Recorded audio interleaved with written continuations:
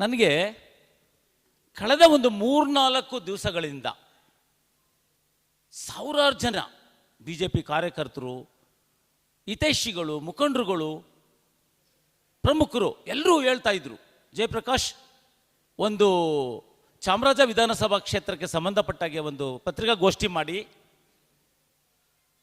ಕಾರ್ಯಕರ್ತರಲ್ಲಿ ಸ್ವಲ್ಪ ಗೊಂದಲ ಆಗ್ತಾ ಇದೆ, ಆ ಗೊಂದಲ ನಿವಾರಣೆ ಆಗಬೇಕು, ಕಾರ್ಯಕರ್ತರು ವಿಭಜನೆ ಆಗಬಾರ್ದು, ಗುಂಪುಗಾರಿಕೆ ಆಗಬಾರ್ದು, ಎಲ್ಲ ಒಗ್ಗಟ್ಟಾಗಿರಬೇಕು, ಅದರಿಂದ ದಯಮಾಡಿ ಒಂದು ಪತ್ರಿಕಾಗೋಷ್ಠಿ ನೀವು ಮಾಡಬೇಕು, ಹಿರಿಯ ಮುಖಂಡರು ನೀವು,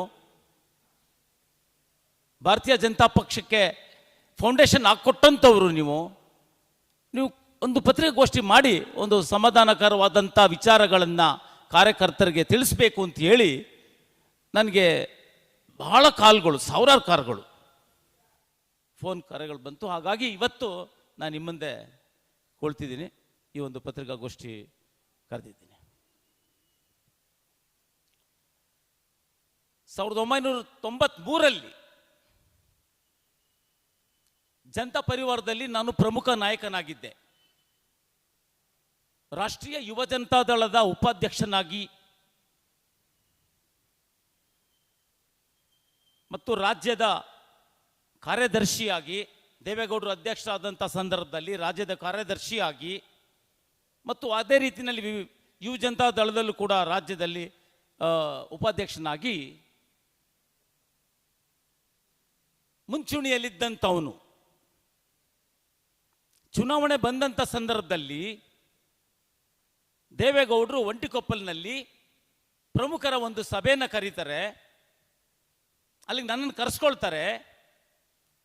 ಜಯಪ್ರಕಾಶ್, ನೀನು ಬಹಳ ಒಳ್ಳೆಯವನು, ತುಂಬ ಪ್ರಭಾವಶಾಲಿ, ಶಕ್ತಿಯುತವಾಗಿದೆಯಾ, ನಿನ್ನ ಶಕ್ತಿ ಪ್ರದರ್ಶನ ಎಲ್ಲ ಟೈಮಲ್ಲೂ ಮಾಡಿದ್ಯಾ, ಒಳ್ಳೆ ರಾಜಕಾರಣಿ, ನೀನು ಯಾವುದೇ ಕಾರಣಕ್ಕೂ BJPಗೆ ಹೋಗಬೇಡ, ಈ ಬಾರಿ 94ರಲ್ಲಿ ನಿನಗೆ ಟಿಕೆಟ್ ಕೊಡ್ತಾ ಇದ್ದೀವಿ, ಕೊಡ್ತೀನಿ, ಇದು ಪ್ರಾಮಿಸ್ ಅಂತೇಳಿ ಒಂದು 300 ಜನ ಹಿರಿಯರು ಇದ್ದಂತಹ ಒಂದು ರಾಮಮಂದಿರದ ಮುಂದೆ ದೇವೇಗೌಡರು ನನಗೆ ಹೇಳಿದ್ರು.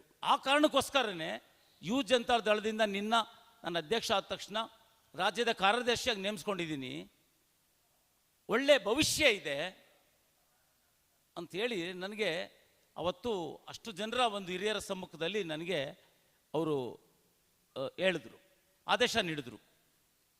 ಆದರೂ ಕೂಡ ದೇಶದ ಹಿತದೃಷ್ಟಿಯಿಂದ ಮತ್ತು BJP ಪಕ್ಷದ ತತ್ವ ಸಿದ್ಧಾಂತಗಳನ್ನು ಬಹಳ ಇಷ್ಟಪಟ್ಟು ಸಹಸ್ರಾರು ಬೆಂಬಲಿಗರೊಂದಿಗೆ ಸಮರ್ಪಣಾ ಸಮಾವೇಶ ಅನ್ನುವಂತಹ ಒಂದು ದೊಡ್ಡ ಬೃಹತ್ ಕಾರ್ಯಕ್ರಮವನ್ನು ನಡೆಸಿ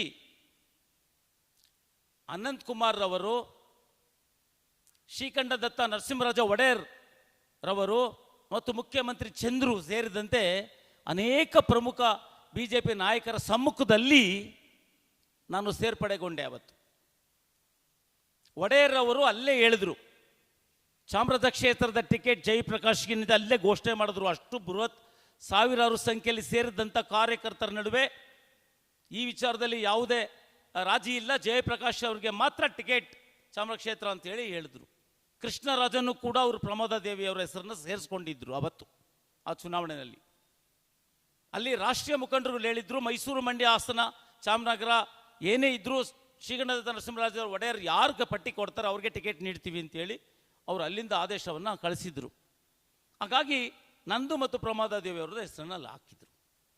ಅಂಥ ಸಂದರ್ಭದಲ್ಲಿ ಟಿಕೆಟ್ ಕೂಡ ಘೋಷಣೆ ಆಯಿತು ನನಗೆ ಡೆಲ್ಲಿನಲ್ಲಿ. ಡಾಕ್ಟರ್ ಜೀವರಾಜ್ ಆಳ್ವ ಅವರು ನನ್ನ ನಾಯಕರು, ಅವರು ಡೆಲ್ಲಿಲಿ ಹೇಳಿದ್ರು ಫೋನ್ ಮಾಡಿ, ಆಗಿದೆ ಟಿಕೆಟ್, ನೀವು ಮುಂದಿನ ವಾರ ಬಂದು B ಫಾರ್ಮ್ ತೊಗೊಂಡೋಗಿ ಅಂತ. ಅಂಥ ಸಂದರ್ಭದಲ್ಲಿ ರಾಜಕೀಯ ಬದಲಾವಣೆಗಳು, ನಮ್ಮ ಕಾರ್ಯಕರ್ತರ ಉತ್ಸವ ಪಟಾಕಿ ಸಿಡಿಸೋದ್ರ ಮುಖಾಂತರ ಅದೆಲ್ಲ ಆಯಿತು. ಏನೋ ಒಂದು ರಾಜಿ ಮಟ್ಟದಲ್ಲಿ ಮಾನ್ಯ ಶ್ರೀ ದಿವಂಗತ ಶಂಕರ್ ಲಿಂಗೇಗೌಡರವರಿಗೆ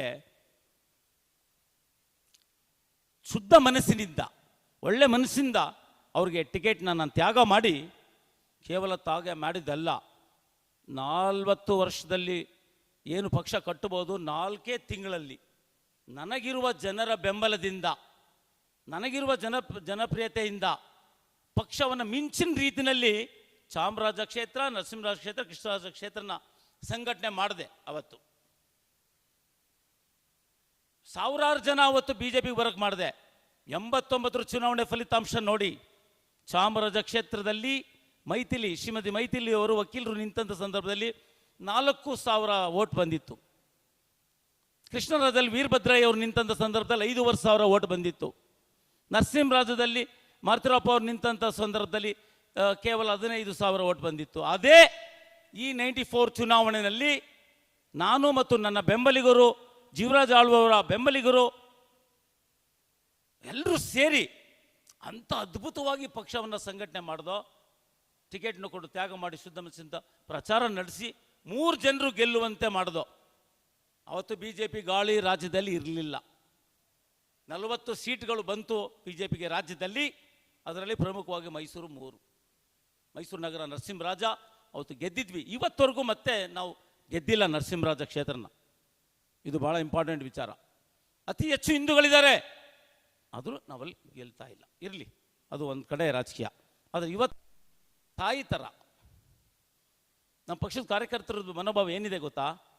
ಮೊದಲು ದೇಶ, ನಂತರ ನನ್ನ ಕುಟುಂಬ ಅಂಥ ಒಂದು ವಿಚಾರನ ಇಟ್ಕೊಂಡು ಕಾರ್ಯಕರ್ತರು ಇವತ್ತು ಬಿ ಜೆ ಪಿಲಿದ್ದಾರೆ.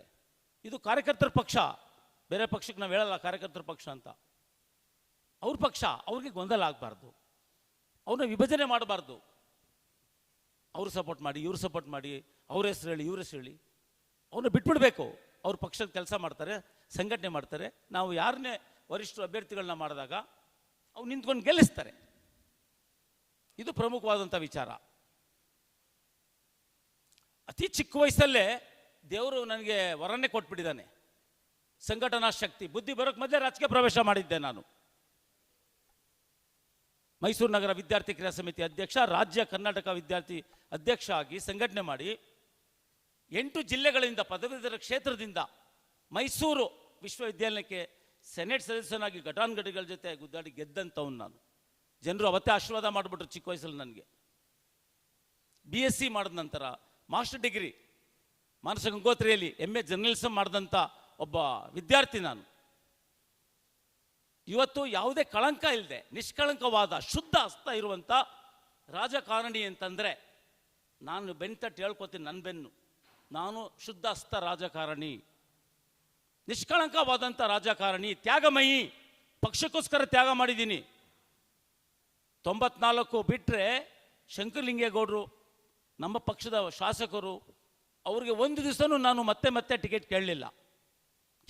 ನಾನು 4 ಬಾರಿ ಅವ್ರು ಗೆಲ್ಲೋವರೆಗೂ ಡಿಸ್ಟರ್ಬ್ ಮಾಡಲಿಲ್ಲ. ಸುಮಾರು ಜನ ಕೇಳಿದ್ರು, ಉಪೇಂದ್ರ ಅವ್ರು ಕೇಳಿದ್ರು ನನಗೆ, ಯಾಕ್ರಿ ಇಷ್ಟೊಂದು ಪವರ್ಫುಲ್ ಆಗಿದ್ದೀರ, ಯಾಕ್ರಿ ನೀವು ಚುನಾವಣೆಗೆ MLA ನಿಲ್ತಾ ಇಲ್ಲ ಅಂತ. ಸರ್, ಶಂಕರಲಿಂಗೇಗೌಡರು ಕೆಲಸ ಮಾಡ್ತಾ ಇದ್ದಾರೆ ಸರ್, ಅವ್ರು ಗೆಲ್ತಾ ಇದ್ದಾರೆ, ಅವ್ರು ಡಿಸ್ಟರ್ಬ್ ಮಾಡಲ್ಲ ಅಂದೆ. ಆದರೆ 5ನೇ ಬಾರಿಗೆ ಅವರೇ ಡಿಸ್ಟರ್ಬ್ ಮಾಡಿಕೊಂಡು ಅವರೇ ಹೋದರು. ಅಲ್ಲಿವರೆಗೂ ನಾನು ಮತ್ತೆ ಟಿಕೆಟ್ ಕೇಳಲಿಲ್ಲ. 13ರಲ್ಲೂ ಕೂಡ ನಾವು KJPಗೆ ಹೋಗಿ ಬಂದಂತ ನಂತರ ಟಿಕೆಟ್ ಕೇಳೋದು ಬೇಡ ಅಂಥೇಳಿ ನಾಗೇಂದ್ರ ಅವ್ರು ನಿಂತ ಸಂದರ್ಭದಲ್ಲಿ ನಾವು ಎಷ್ಟಾಗತ್ತೆ ಅಷ್ಟು ಕೆಲಸ ಮಾಡಿದ್ವಿ. ಆದರೆ 2013ರಿಂದ 2018ರವರೆಗೂ ನನ್ನೆಲ್ಲ ಇರುವಂಥ ಎಲ್ಲ ಶಕ್ತಿನ ಕ್ರೋಢೀಕರಿಸಿ, ನಾಗೇಂದ್ರ ಅವರು ನನ್ನ ಬ್ರದರ್ ಥರ ಹೇಳಿದೆ. ನಾಗೇಂದ್ರ ಅವ್ರಿಗೆ ಪಕ್ಷ ಗಟ್ಟಿ ಮಾಡೋಣ, ಸಂಘಟನೆ ಮಾಡೋಣ, ವರಿಷ್ಠರು ಕೊಡಲಿ, ಯಾರಿಗಾರು ಕೊಡಲಿ, ನಾವು ಗೆಲ್ಲಿಸ್ಕೊಳ್ಳೋಣ, ಈ ಕ್ಷೇತ್ರ ಬಿಟ್ಕೊಡ್ಬಾರ್ದು ಅಂತ. 18ರಲ್ಲಿ ಆಕಸ್ಮಿಕವಾಗಿ ವರಿಷ್ಠರ ಲೆಕ್ಕಾಚಾರ ಏನಿತ್ತೋ ಟಿಕೆಟ್ನ ನಾಗೇಂದ್ರ ಅವ್ರು ಕೊಟ್ಟಂಥ ಸಂದರ್ಭದಲ್ಲಿ ಅಸಂಖ್ಯಾತ ಬೆಂಬಲಿಗರು ಗಲಾಟೆ ಮಾಡಿ ನನಗೆ ನಾಮಪತ್ರ ಸಲ್ಲಿಸಿದ್ರು. ಇಲ್ಲ ಸರ್, ಯಾವುದೇ ಕಾರಣಕ್ಕೂ ಬಿಟ್ಕೊಡ್ಬಾರ್ದು, ಇಷ್ಟೊಂದು ಕೆಲಸ ಮಾಡಿದ್ದೀರಾ, ಇಷ್ಟು ವರ್ಷದಿಂದ ಮಾಡ್ತಾ ಇದ್ದೀರಾ, ಜನರ ಮಧ್ಯೆ ಇದ್ದೀರಾ 24 hours, ದಯಮಾಡಿ ನಿಲ್ಕೋಬೇಕು ಅಂತೇಳಿ. ಅಂಥ ಸಂದರ್ಭದಲ್ಲಿ ಅನಂತಕುಮಾರ್ ಅವರು, ಯಡಿಯೂರಪ್ಪ ಅವರು, ಶೋಭಾ ಕರಂದ್ಲಾಜೆ ಅವರು ನನ್ನ ಮನಸ್ಸು ಒಲಿಸಿದ್ರು. ಜಯಪ್ರಕಾಶ್, ಮುಂದಿನ ಅವಕಾಶಗಳೆಲ್ಲ ನಿಮಗೆ ಕೊಡ್ತೀವಿ, ದಯವಿಟ್ಟು ಈ ಸಲ ಬಿಟ್ಕೊಡಿ ಅಂತ. ಅದೇ ನಾಗೇಂದ್ರ ಅವರು, ನಮ್ಮ ಹಿರಿಯ ನಾಯಕರಾದಂಥ ಮೈವಿ ರವಿಶಂಕರ್ ಅವರು, ಮೂಡ ಅಧ್ಯಕ್ಷರಾಗಿದ್ದಂತಹ ಯಶಸ್ವಿನಿ ಶಿವರಾದಂಥ ಮೈವಿ ರವಿಶಂಕರ್ ಅವರು, ಮೂಡ ಅಧ್ಯಕ್ಷರಾಗಿದ್ದಂತಹ ಯಶಸ್ವಿನಿ ಸೋಮಶೇಖರ್ ಅವರು ಎಲ್ಲ ನಮ್ಮ ಮನೆಗೆ ಬಂದು, ಶ್ರೀವತ್ಸ ಅವರು ಶಾಸಕರು ಈಗಾಗಿದ್ದಾರೆ, ದಯವಿಟ್ಟು ವಾಪಸ್ ತಗೊಳ್ಳಿ ಜಯಪ್ರಕಾಶ್, ಇದನ್ನು ದಯವಿಟ್ಟು ಗೆಲ್ಲಿಸ್ಕೊಡಿ, ಮುಂದೆ ನಿಮ್ಗೆ ಎಲ್ಲ ರೀತಿಯಾದಂಥ ಬೆಂಬಲವನ್ನು ನಾವು ಕೊಡ್ತೀವಿ ನಿಮಗೆ ನಮ್ಮ ಸರ್ಕಾರ ಬಂದಾಗ ಅಂಥೇಳಿ ನನ್ನ ಮನಸ್ಸು ಒಲಿಸಿದ್ರು. ಮತ್ತು ನನಗೂ ಕೂಡ ದೇಶದ ಬಗ್ಗೆ ಹೆಚ್ಚು ಅಭಿಮಾನ ಇರೋದ್ರಿಂದ ಸೀದಾ ನಾನು ಪತ್ರಿಕಾಗೋಷ್ಠಿ ಮಾಡಿ ಇದೇ ಸಂದರ್ಭದಲ್ಲಿ ಇಲ್ಲಿ ಬಂದು ನಾನು ಅದಕ್ಕೆ ಮೊದಲು ಒಂದು ಪ್ರೆಸ್ ಮೀಟ್ ಮಾಡಿದ್ದೆ. ಯಾವುದೇ ಕಾರಣಕ್ಕೂ ವಾಪಸ್ ತಗೊಳ್ಳಲ್ಲ ಅಂತ ಹೇಳಿದ್ದೆ. ಪಕ್ಷದ ಅಭ್ಯರ್ಥಿಗಿಂತ ಒಂದು ಓಟು ಜಾಸ್ತಿ ನಾನು ತಗೊಳ್ಳಿಲ್ಲ ಅಂದರೆ ರಾಜಕೀಯ ನಿವೃತ್ತಿ ಆಗ್ತೀನಿ ಅಂತ ಘೋಷಣೆ ಮಾಡಿದ್ದೆ. ಅದೇ ನಿಮ್ಮ ಪತ್ರಕರ್ತರು ಎದುರುಗಡೆ ನಾನು ವಾಪಸ್ ತಗೊಳ್ತೀನಿ ಎಂದಾಗ ಅವ್ರ ಪ್ರಶ್ನೆಗಳಿಗೆ ಉತ್ತರ ಕೊಡೋಕ್ಕಾಗದೆ ಕಣ್ಣೀರು ಹಾಕ್ಬಿಟ್ಟೆ ಅವತ್ತು ನಾನು. ನನ್ನ ಜೊತೆಗೂ ನನ್ನ ಸಹಪಾಠಿಗಳು ಜರ್ನಲಿಸ್ಟ್ ಇದ್ದರು, ಅವರು ಕಣ್ಣೀರು ಹಾಕ್ತಿದ್ರು. ಅದು ನಾನು ಗಮನಿಸಿದೆ ಅವತ್ತು, ಕಣ್ಣೀರು ಹಾಕ್ದೆ ಅವತ್ತು ನಾನು. ಏನಾದರೂ ಆಗಲಿ ಮತ್ತೆ 23ಕ್ಕೂ ಕೂಡ ನಾನು ಪ್ರಯತ್ನ ಮಾಡಿದೆ. ಪಕ್ಷದ ವರಿಷ್ಠರ ತೀರ್ಮಾನ ಅದು ಮತ್ತೆ ನಾಗೇಂದ್ರ ಸಿಗ್ತದೋ. ಹಾಗಾಗಿ ಆಗಲೂ ಕೂಡ ನನಗೆ ಟಿಕೆಟ್ ಸಿಗಲಿಲ್ಲ ಅಂತ ನಾವೇನು ಕೂತ್ಕೊಳ್ಳಿಲ್ಲ ಮನೆಯಲ್ಲಿ. ನಾಗೇಂದ್ರ ಜೊತೆಲೇ ಬೆಳಗ್ಗೆಯಿಂದ ಅವ್ರಿಗಿಂತನೂ ಅಭ್ಯರ್ಥಿಗಿಂತ ಹೆಚ್ಚಾಗಿ ನಾನು ಕೂಡ ಎಲ್ಲ ಕಡೆ ಪ್ರವಾಸ ಮಾಡಿ ಕ್ಷೇತ್ರ ಮಾಡಿ ಕೆಲಸ ಮಾಡಿದೆ. ಹಿಂದೆ ರಾಮಕೃಷ್ಣ ಹೆಗಡೆ ಸರ್ಕಾರ ಇದ್ದಂಥ ಸಂದರ್ಭದಲ್ಲಿ ನಾನು ಸೆನೆಟ್ ಮೆಂಬರ್ ಗೆದ್ದ ತಕ್ಷಣ ಅಂತಾರಾಷ್ಟ್ರೀಯ ಯುವ ಸಮ್ಮೇಳನಕ್ಕೆ ಇಂಡಿಯನ್ ಡೆಲಿಗೇಟ್ ಆಗಿ ನಾನು ಸೆಲೆಕ್ಟ್ ಮಾಡಿದ್ರು. ಅವತ್ತೇ ನಾನು ಸ್ಪೇನ್, ಫ್ರಾನ್ಸ್, ಇಂಗ್ಲೆಂಡ್ಗೆಲ್ಲ ಹೋಗಿದ್ದೆ. ನಾನಲ್ಲಿ ಪ್ರವಾಸ ಮಾಡಿದೆ. ರಾಮ್ವಿಲಾಸ್ ಪಾಸ್ವಾನ್ ಅಂತವರೆಲ್ಲ ಅವತ್ತು ಡಿ ಜಯಕುಮಾರ್ ಅಂತವರೆಲ್ಲ ಬಂದಿದ್ರು ಅವತ್ತು. ಅಲ್ಲಿ ನಾನು ಕೂಡ ಭಾಷಣ ಮಾಡಿದೆ. ಅಲ್ಲಿ ಬಹಳ ಅಪಾರವಾದಂಥ ಅನುಭವ ತೊಗೊಂಡೆ, ರಾಜಕೀಯದ ಅನುಭವ. HD ದೇವೇಗೌಡರು, SR ಬೊಮ್ಮಾಯಿ ಅವರು ಇರ್ಬೋದು, ಜನತಾ ಪರಿವಾರದ ಮುಖಂಡರುಗಳು, ಅವ್ರ ಜೊತೆ ಎಲ್ಲ ಅತಿಯಾದ ನಿಕಟ ಸಂಪರ್ಕದಲ್ಲಿದ್ದಂಥವ್ನು ನಾನು. ಅವರ ಎಲ್ಲರ ರಾಜಕೀಯ ಆಶೀರ್ವಾದ ಮತ್ತು ಅನುಭವವನ್ನು ನಾನು ತೆಗೆದುಕೊಂಡಿದ್ದೆ. ಇವತ್ತು ಹೇಳ್ತಾ ಇದ್ದೀನಿ, ಯಾರೂ ಕೂಡ ಆಕಾಂಕ್ಷಿಗಳು ತಾಳ್ಮೆಗೆ ಗೆಲ್ಬೇಡಿ. ಚುನಾವಣೆ ಇವತ್ತಿಲ್ಲ, ಈಗ ನಡೀತಾ ಇಲ್ಲ, ಈಗ ತಕ್ಷಣಕ್ಕೆ ತುಂಬ ಟೈಮ್ ಇದೆ. ತಾಳ್ಮೆಯಿಂದ ಇದ್ದು ನಿಮ್ಮ ಏನು ಹಕ್ಕಿದೆ, ಟಿಕೆಟ್ ಬೇಕು ಅಂತ ಕೇಳ್ಕೊಳ್ಳೋದ್ರಲ್ಲಿ ತಪ್ಪೇನಿಲ್ಲ. ಯಾರು ಬೇಕಾದರೂ ಟಿಕೆಟ್ ಕೊಡಿ ಅಂತ ಕೇಳ್ಕೊಬೋದು. ಆದರೆ ಕಾರ್ಯಕರ್ತರನ್ನ ಗೊಂದಲಕ್ಕೆ ಈಡು ಮಾಡಬಾರ್ದು. ನೀನು ನನಗೆ ಸಪೋರ್ಟ್ ಮಾಡು, ನೀನು ಸಪೋರ್ಟ್ ಮಾಡು. ನೋಡಿ, ನಾನು ಯಾವುದೇ ನಮ್ಮ ಚಾಮರಾಜ ಕ್ಷೇತ್ರದ್ದು ಯಾರೇ ಅಧ್ಯಕ್ಷರಾಗಲಿ ಕಾರ್ಯಕರ್ತರನ್ನ ನಾನು ಯಾರನ್ನೂ ಈ ಪತ್ರಿಕಾಗೋಷ್ಠಿಗೆ ಕರೆದಿಲ್ಲ. ಏಕಾಏಕಿ ಇವತ್ತು ಬೆಳಿಗ್ಗೆ ಅರ್ಲಿ ಮಾರ್ನಿಂಗ್ ತೀರ್ಮಾನ ತೊಗೊಂಡು ಇವತ್ತೆಲ್ಲ ನೋಟಿಸ್ ಬೆಳಿಗ್ಗೆ ಅರ್ಲಿ ಮಾರ್ನಿಂಗ್ ಕಳಿಸಿದ್ದೀನಿ, ಪತ್ರಿಕಾಗೋಷ್ಠಿ ಮಾಡ್ತಾ ಇದ್ದೀನಿ. ದಿನ ನನ್ನ ಜೊತೆ ಯಾರು ಇರ್ತಾಯಿದ್ರು ಹಿರಿಯರು, ಅವ್ರು ಮಾತ್ರ ಇವತ್ತು ಇಲ್ಲಿ ಬಂದಿದ್ದಾರೆ. ನನಗೂ ಇಷ್ಟ ಇಲ್ಲ ಕಾರ್ಯಕರ್ತರನ್ನ ವಿಭಜನೆ ಮಾಡುವಂಥ ವಿಚಾರ. ಆದರೆ ನನಗೆ ಒಂದು ಗ್ಯಾರಂಟಿ ಇದೆ, ನಮ್ಮ BJP ಪಕ್ಷದಲ್ಲಿ ನಿಷ್ಠಾವಂತರನ್ನ, ಪಕ್ಷಕ್ಕೆ ತ್ಯಾಗ ಮಾಡಿದವ್ರನ್ನ ಯಾವತ್ತೂ ಕೈ ಬಿಡಲ್ಲ ಈ ಭಾರತೀಯ ಜನತಾ ಪಕ್ಷ. ನಿಧಾನ ಆಗ್ಬೋದು. ಸತತವಾಗಿ ಕ್ಯಾಂಡಿಡೇಟ್ ಆದಂಥ ವಿಜಯ್ ಶಂಕರ್ ಅವರು ಪಾರ್ಲಿಮೆಂಟ್ಗೆ ಅವ್ರಿಗೆ ಟಿಕೆಟ್ನ ನಿರಾಕರಿಸಿದಂಥ ಸಂದರ್ಭದಲ್ಲಿ ಅವರು ಪಾಪ ಕಾಂಗ್ರೆಸ್ಗೆ ಸೇರುವಂಥ ಪರಿಸ್ಥಿತಿ ಆಗೋಯ್ತು. ಪಕ್ಷದ್ದು ಏನೋ ವರಿಷ್ಠ ತೀರ್ಮಾನ, ಅದು ಲೆಕ್ಕಾಚಾರ. ಆದರೆ ಈ ಬಾರಿ ಇಡೀ ರಾಷ್ಟ್ರದ, ರಾಜ್ಯದ ಎಲ್ಲ ಮುಖಂಡರುಗಳು ಕೂಡ ವರಿಷ್ಠರು ನನ್ನ ಬಗ್ಗೆ ತುಂಬ ಒಂದು ಆಸೆ ಇಟ್ಕೊಂಡಿದ್ದಾರೆ. JPಗೆ ಈ ಸಲ ಬಾರಿ ಟಿಕೆಟ್ ಕೊಡಬೇಕು ಅಂತೇಳಿ ಕೊಟ್ಟೇ ಕೊಡ್ತಾರೆ. ನಾವು ಹೋಗಿ ಟಿಕೆಟ್ ಕೊಡಿ ಅಂತ ಈ ಬಾರಿ ಲಾಬಿನೂ ಕೂಡ ಮಾಡೋದಿಲ್ಲ. ವರಿಷ್ಠಗೂ ಕೂಡ ಒಂದು ಇನ್ಸು ಬಿರುಸು ಮಾಡೋದಿಲ್ಲ. ನಾವು ಕಣ್ಣು ಮುಚ್ಕೊಂಡು ಕೆಲಸ ಮಾಡ್ತಾ ಹೋಗೋಣ, ಟಿಕೆಟ್ ಕೊಟ್ಟೇ ಕೊಡ್ತಾರೆ. ನನಗೆ 100ಕ್ಕೆ 100ರಷ್ಟು ವಿಶ್ವಾಸ ಇದೆ ಈ ಬಾರಿ ನನಗೆ ಟಿಕೆಟ್ ಕೊಡ್ತಾರೆ ಅಂತೇಳಿ. ಏಕೆಂದರೆ ಅವತ್ತಿಂದ ಪಕ್ಷ ಕಟ್ಟಾಗಿದೆ, ಇವತ್ತರೆಗೂ 1 ರೂಪಾಯಿ ಅಧಿಕಾರ ನಾನು ತಗೊಂಡಿಲ್ಲ. 1 ರೂಪಾಯಿ. ಸೆನೆಟ್ ಸದಸ್ಯ ಗೆದ್ದಿರೋದು ಕೂಡ ಅದು ಪಕ್ಷದ ಚಿಹ್ನೆ ಅಲ್ಲ, ಅದು ಅಲ್ಲಿ ಪಕ್ಷದ ಚಿಹ್ನೆ ಇರೋದಿಲ್ಲ, ಅದು ವೈಯಕ್ತಿಕವಾಗಿ ಗೆದ್ದಿರೋದು. ಅದು ಜನರು ಆ ಕಾಲದಲ್ಲಿ ಅಷ್ಟು ಬೆಂಬಲ ಕೊಟ್ಟರು. ಚಿಕ್ಕಮಗಳೂರು, ಚಿತ್ರದುರ್ಗ, ದಾವಣಗೆರೆ, ಶಿವಮೊಗ್ಗ, ಮೈಸೂರು, ಮಂಡ್ಯ, ಹಾಸನ, ಚಾಮನಗರ ಎಲ್ಲ ಪದವೀಧರರು ಗೆಲ್ಲಿಸಿದ್ರು ಘಟಾನುಘಟಿಗಳ ಎದುರುಗಡೆ ನನ್ನನ್ನು. ಹಾಗಾಗಿ ನಾನು ನಮ್ಮ ಯಾರ್ಯಾರು ಆಕಾಂಕ್ಷಿಗಳಿದ್ದಾರೆ ಅವ್ರಲ್ಲಿ ಮನವಿ ಮಾಡ್ತಾ ಇದ್ದೀನಿ, ನಾವು ಪಕ್ಷ ಕಟ್ಟೋಣ. ವರಿಷ್ಠರು ಯಾರು ತೀರ್ಮಾನ ಮಾಡ್ತಾರೆ ಅವ್ರಿಗೆ ಕೆಲಸ ಮಾಡೋಣ. ನನಗೆ ಕೊಟ್ಟರೆ ನೀವೆಲ್ಲ ಕೆಲಸ ಮಾಡಿ. ಆದರೆ ಒಂದೇ ಒಂದು ವಿಚಾರವನ್ನು ಯಾರು ಆಕಾಂಕ್ಷಿಗಳಿದ್ದಾರೆ ಅವರಲ್ಲಿ ಒಂದು ಮನವಿ ಮಾಡ್ತೀನಿ, ರಾಜಕೀಯ ಧರ್ಮ ಇಟ್ಕೊಳ್ಳಿ ದಯವಿಟ್ಟು. ನೀವು ಯಾರು ಆಕಾಂಕ್ಷಿಗಳಿದ್ದೀರಾ, ನೀವು ರಾಜಕೀಯ ಧರ್ಮ ನೀವು ಪಾಲನೆ ಮಾಡೋದಾದರೆ JP ಜಯಪ್ರಕಾಶ್ಗೆ ಟಿಕೆಟ್ ಕೊಡಿ ಅಂತ ಹೇಳಿ ನೀವು ಹೇಳ್ಬೇಕು. ಹೇಳ್ತೀರಾ ರಾಜಕೀಯ ಧರ್ಮ ಇದ್ದರೆ, ಯಾಕೆಂದರೆ ಅಷ್ಟು ತ್ಯಾಗ ಮಾಡಿದ್ದೀನಿ ಪಕ್ಷಕ್ಕೆ, ನಿಷ್ಕಳಂಕ ವ್ಯಕ್ತಿ ನಾನು. ದಯಮಾಡಿ ಮತ್ತೊಮ್ಮೆ ನಿಮಗೂ ಕೂಡ ಯಾರು ಆಕಾಂಕ್ಷೆಗಳಿದ್ದೀರಾ ಅವ್ರಿಗೂ ಕೂಡ ನಾನು ಮನವಿ ಮಾಡ್ತಾ ಇದ್ದೀನಿ, ನನಗೆ ನೀವು ಬೆಂಬಲ ಕೊಟ್ಟು ನನ್ನನ್ನೇ ನೀವು ಆಯ್ಕೆ ಮಾಡಿಸಿ ವರಿಷ್ಠರಿಗೆ ಹೇಳಿ ಅಂತ ಈ ಸಂದರ್ಭದಲ್ಲಿ ಹೇಳ್ತಾ ಇದ್ದೀನಿ.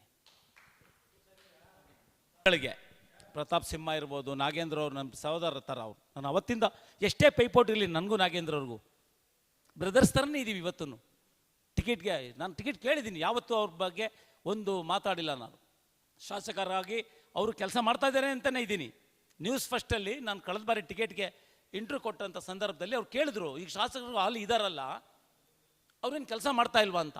ನಾನು ಹೇಳಿದೆ, ಮೂಲಭೂತ ಸೌಕರ್ಯ ಏನು ಕೆಲಸ ಇದೆ ಮಾಡ್ತಾ ಇದ್ದಾರೆ, ಆದರೆ ಈ ಕ್ಷೇತ್ರ ನಮ್ಮ ಪಕ್ಷದಿಂದ ಕೈ ಬಿಡಬಾರ್ದು ಅನ್ನೋ ಕಾರಣಕ್ಕೆ ನಾನು ಈ ಸಲ ಟಿಕೆಟ್ ಕೇಳ್ತಾ ಇದ್ದೀನಿ, ನನಗೆ ಕೊಡಿ ಅಂತ ಕೇಳ್ತಾ ಇದ್ದೀನಿ. ಹಿಂದೆ ಕಳೆದ ಬಾರಿ ಚುನಾವಣೆಯಲ್ಲಿ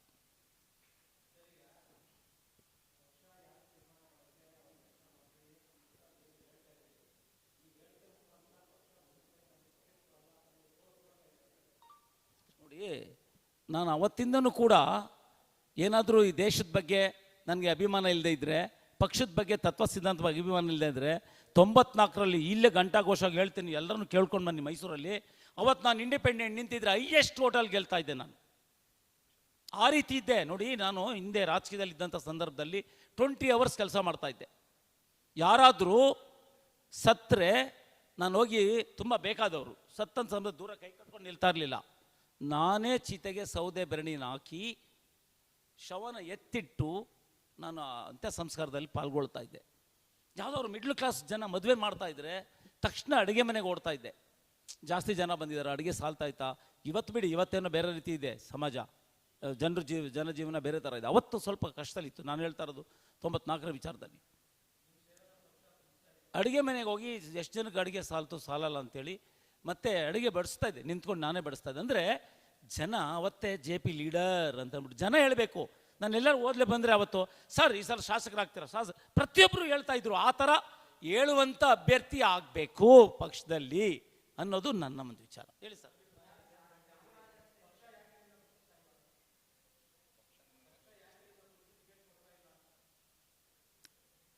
ಏನೋ ಅವ್ರದ್ದು ಲೆಕ್ಕಾಚಾರ ಇರೋದು ಏನಿದೆಯೋ ನನಗೆ ಗೊತ್ತಿಲ್ಲ. ಈಗ ನಾನು ಕೂಡ KJPಗೆ ಹೋಗಿದ್ದೆ ಯಡಿಯೂರಪ್ಪಾಜಿ ಜೊತೆ. ಆಗ 13ರಲ್ಲಿ ನಾನೇನು ಟಿಕೆಟ್ ಕೇಳಲಿಲ್ಲ, ಹೇಳ್ತಾ ಇದ್ದೀನಿ. 13ರಲ್ಲಿ ನಾನು ಟಿಕೆಟ್ ಕೇಳಲಿಲ್ಲ. ಶಂಕರನಗೌಡರು ಗೆದ್ದಂಥ ಅಷ್ಟರಲ್ಲೂ ಕೇಳಲಿಲ್ಲ. 18ರಲ್ಲಿ ತುಂಬ ಸ್ಟ್ರಾಂಗಾಗಿ ಇವು 94 ಬಿಟ್ಟರೆ 18ರಲ್ಲಿ, ಮತ್ತು ಮೊನ್ನೆನೂ ಕೂಡ 23. ಅದೇ ತ್ಯಾಗ ಮಾಡಿದೆ 18ರಲ್ಲಿ ಸರ್. ಹೌದು, ಖಂಡಿತ ಪ್ರಮುಖ ಆಕಾಂಕ್ಷಿ ಇವತ್ತು ನಾನೇ. ನನಗೆ ವಿಶ್ವಾಸ ಇದೆ ನಮ್ಮ ಪಕ್ಷದವರು ಕೊಡ್ತಾರೆ ಟಿಕೆಟ್ನ ನನಗೆ ಅಂತ. ಇವತ್ತು ಹೋದ ಕಡೆ ಎಲ್ಲ ಈಗ ನೋಡಿ, ಕಳೆದ 3-4 ದಿವಸದಿಂದ ನನಗೆ ಎಷ್ಟು ಕರೆ ಬಂದಿದೆ, ಫೋನ್ ರಿಸೀವ್ ಮಾಡೋಕೆ. ಅಷ್ಟು ಹಿತೈಷಿಗಳು, ಗಣ್ಯರು, BJP ಅವರು ಪ್ರಮುಖರು, ದಯವಿಟ್ಟು ಹೋಗಿ ಒಂದು ಪ್ರೆಸ್ ಮೀಟ್ ಮಾಡಿ, ಪಾಪ ನಿಮ್ಗೆ ಅಷ್ಟು ಅನ್ಯಾಯ ಆಗಿದೆ, ಒಂದು ಪ್ರೆಸ್ ಮೀಟ್ ಮಾಡಿ ದಯವಿಟ್ಟು ಅಟ್ಲೀಸ್ಟ್ ಅಂತ ಹೇಳಿ ಅವ್ರು ಕರೆ ಮಾಡೋದು ನನಗೆ.